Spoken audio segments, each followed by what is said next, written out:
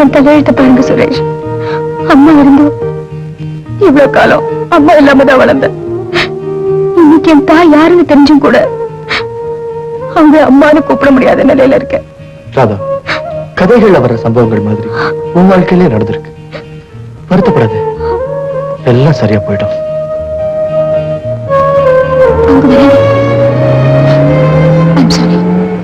Madam வராங்க சுரேஷ். ராதா, அன்னைக்கு வீட்டுக்கு வந்த திடீர்னு ஒண்ணுமே சொல்லாம சைக்கிள்ல வேகமா போயிட்ட, என்ன காரணம்? அது ஒண்ணுங்க மேடம், அப்பாவுக்கு உடம்பு சரியில்லைன்னு மோகன் குமார் அங்கிள் கிட்ட இருந்து போன் வந்தது, அதான் போயிட்டேன். அப்பாவுக்கு உடம்பு சரியில்லையா? இப்ப சரியா போச்சு. கிளாஸ்க்கு டைம் ஆச்சு, நான் வரேன் madam. Good morning madam. Good morning. நீ? என் பேர் சுரேஷ். எங்க வீட்டு அவுட் ஹவுஸ்ல தான் ராதா குடியிருக்கா. ஓஹோ, ராதா உனக்கு? என்னோட ஃப்ரெண்ட். ஃப்ரெண்டுன்னா? Girl friend. சிரிக்காதீங்க மேடம், நான் அவளை சின்சியரா லவ் பண்றேன், அவளும் என்ன சின்சியரா லவ் பண்றா. ஐ சி. வாயே, பேசிக்கிட்டே போலாம். என்னோட கார் இருக்கு மேடம், நான் உங்களை என்ன சமயம் மீட் பண்றேன். பாய். பாய். ராமநாதன், ராதா சுரேஷ் கல்யாணம் நடக்க இனிமே வழியே இல்லை. கொடுத்த வாக்க மீறிட்டு தான் நீங்க நினைக்கலாம், ஆனா இப்ப சூழ்நிலையே மாறி போச்சு. நானும் மாறிட்டேன். பரவாயில்ல சார், உங்க கூட சம்பந்தம் பண்ணிக்க எனக்கு ஒரு தகுதி வேண்டாமா? நானும் தகுதி அந்தஸ்து இத பத்தி நான் கவலைப்படல. ஆனா இன்னைக்கு வரும், நாளைக்கு போ. ஒரு ஸ்கூல் வாத்தியார் மகளை நான் என் மருமகளை ஏத்துக்க தயாரா இருந்தேன். ஆனா ராதா ஒரு நடிகையோட மகன் தெரிஞ்சதுக்கு அப்புறம் இந்த கல்யாணத்தை நான் நடத்த விரும்பல. ஏன்னா நான் சமூகத்துக்கு பயந்தவன். 4 பேர் கண்டபடி கேலியா பேசினா என்னால் எப்படி தாங்கிக்க முடியும் சொல்லுங்க.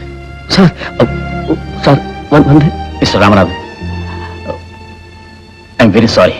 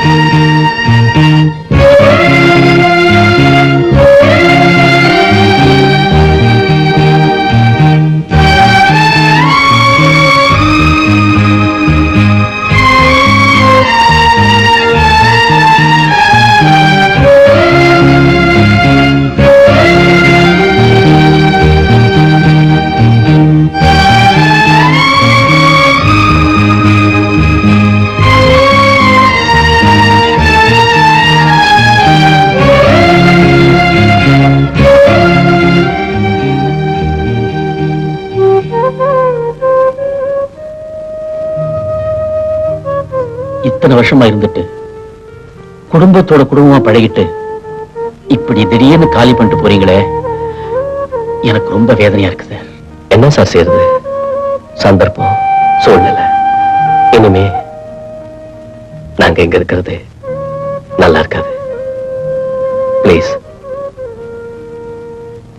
எவ்வளவு பேர் எப்படி எப்படியோ பிரியாங்க, ஆனா நமக்குள்ள இப்படி ஒரு பிரிவு ஏற்பட்டிருக்க வேண்டான்னு நான் ஃபீல் பண்றேன். நிரந்தரமாவா பிரிய போறோம்? நம்ம நட்பு என்னைக்குமே விட்டு போகாது சார். ராதா, இங்க வாமா.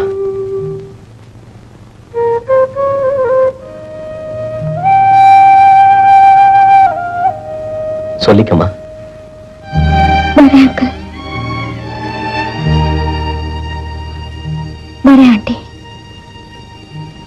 ராதா, சுரேஷ் கிட்ட சொல்லிட்டு போமா, இல்லைன்னா அவ ரொம்ப ஃபீல் பண்ணுவான்.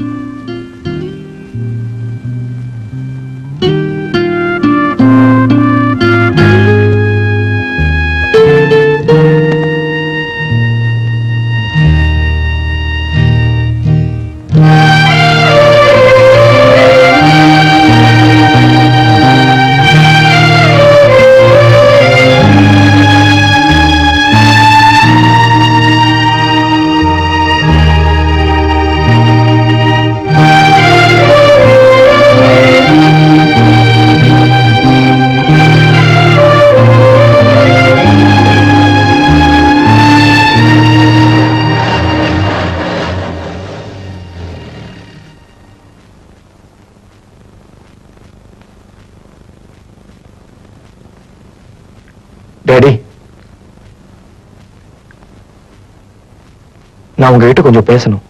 நீ என்ன பேச போறேன்னு எனக்கு தெரியும். நான் ராதாவை காதலிக்கிறேன், அவளைத்தான் கல்யாணம் செய்துக்க போறேன்னு சொல்ல போறேன்.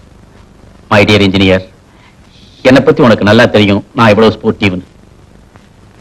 இந்த விஷயத்துல முடிவெடுக்கிறத என்கிட்ட விட்டுடு. நீ நல்லா படிச்சு பாஸ் பண்ணு. நீ ஒரு இன்ஜினியர் ஆகணுங்கிறது தான் என்னுடைய தற்போதைய ஆசை.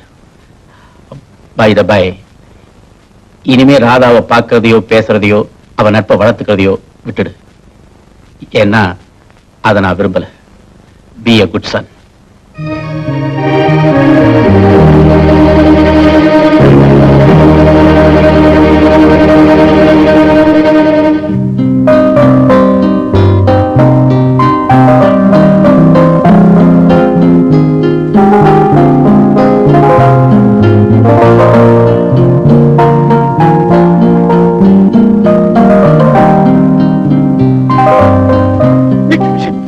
என்னது ஸ்வீட்னு கொடுத்தா உப்பு கறிக்குது?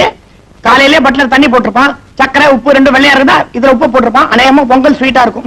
சார், அதுனே என்ன மாதிரி கையில ஃபிளவர் பொக்கே? எனக்கு இப்ப பிறந்த நாள் இல்ல, அடுத்த மாசம் தான். அம்மாக்கு தான் இப்போ. அவங்களுக்கு தான் கொண்டு வந்திருக்கேன்.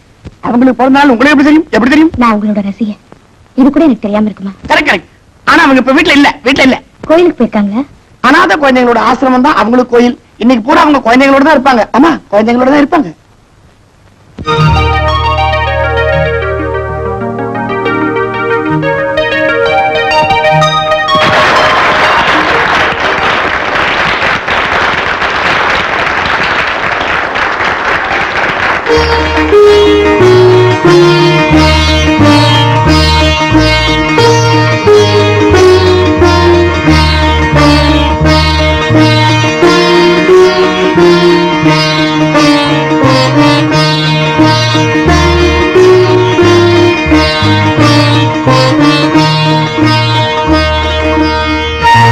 ராதா, நீயா? எஸ் மேடம், இது என்னுடைய பிறந்தநாள் பரிசு. ஆமா, நீ எப்படி இங்க இவங்களோட உங்க கையால சாப்பிடணும்னு ஆசைப்பட்டேன். நானும் ஒரு அனாதை தானே, அதனாலதான் இந்த அனாதை குழந்தைகளோட நானும் உட்கார்ந்துட்டேன். நீ என்னோட குழந்தை மேடம்.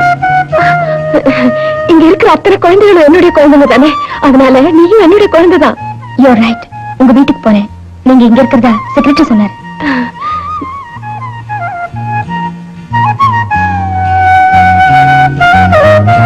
கல்யாணம் கூட செய்துக்காம அவங்க சம்பாதிக்கிற பணத்தை எல்லாம் அநாத குழந்தைகளுக்காக செலவு செய்யறாங்க. அவங்க தியாகத்தை எவ்வளவு புண்ணியந்தாலும் தரும். உண்மைதான் சிஸ்டர். என்னம்மா மேடம், நீங்க போகும்போது நானும் உங்களோட வரேன். உங்க கூட கொஞ்சம் தனியா பேசணும். வா மேடம், இதுவரைக்கும் நீங்க கல்யாணமே செஞ்சுக்காம நீங்க சம்பாதிக்கிற பணத்தை எல்லாம் அநாத குழந்தைகளுக்கே செலவு செய்றீங்க. அந்த சேவையை, உங்க மகத்தான தியாகத்தை பார்த்து ரசிகைங்கிற முறையில நான் ரொம்ப பெருமைப்படுறேன். ராதா, அவங்க சொன்னது உண்மை இல்லை. இது பாத்தியா? அப்போ உங்க கணவர் உயிரோட தான் இருக்காரு. ஆனா ரெண்டு பேருமே பிரிஞ்சு வாழ்றோம். காரணம், எளிமையான குடும்பமா இருந்தாலும் நாங்க சந்தோஷமா தான் வாழ்ந்துட்டு இருந்தோம். ஒரு சமயம் என் கணவர் ஊர்ல இல்லாதப்போ என் குழந்தையோட உயிரை காப்பாத்த எனக்கு பணம் தேவைப்பட்டது. ஒரு விளம்பர படத்துல நடிக்க சந்தர்ப்பம் வந்தப்போ முதல்ல மறுத்தாலும் என் குழந்தைக்காக நடிக்க ஒத்துக்கிட்டேன். அதுல கிடைச்ச பணம் தான் என் குழந்தையோட உயிரை காப்பாத்துச்சு. என் கணவருக்கு இந்த விஷயம் தெரிஞ்சப்போ என் மேல சந்தேகப்பட்டு இந்த விபச்சாரியை திட்டி நான் எவ்வளவோ கெஞ்சியும் கேட்காம என்னை வீட்டை விட்டே அனுப்பிட்டாரு. கெட்டு போகணும்னா எந்த துறையிலையும் கெட்டு போகலாம். எனக்கு தாலி கட்டின அந்த ஒருத்தருக்கு தான் இதுவரைக்கும் நான் மனைவியா வாழ்ந்துட்டு இருக்கேன். அவரை சந்திச்சு சமாதானப்படுத்தணும்னு எவ்வளவோ முயற்சி பண்ணேன். ஆனா அவருடைய இருப்பிடமே எனக்கு தெரியல. 16 வருஷம் முடிஞ்சு போச்சு. ராதா, நீமாவத உங்க கதையை கேட்டு நான் கலந்து போயிட்டேன். உங்க வாழ்க்கையில இவ்வளவு துன்பம் இருக்கும்னு நான் நினைக்கவே இல்லை. ஆமா, என் வாழ்க்கையில எவ்வளவு மாற்றங்களை சந்திச்சிட்டேன்.